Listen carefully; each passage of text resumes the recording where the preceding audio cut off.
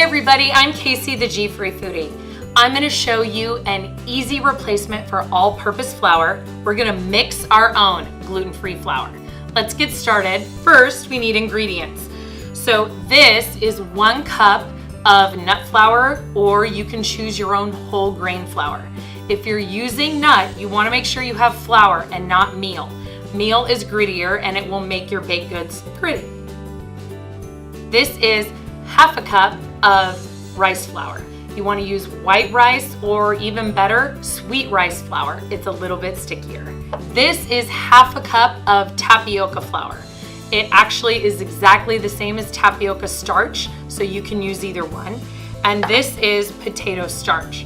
Potato starch and potato flour are not the same thing, so you want to make sure you're using 1/4 cup of potato starch.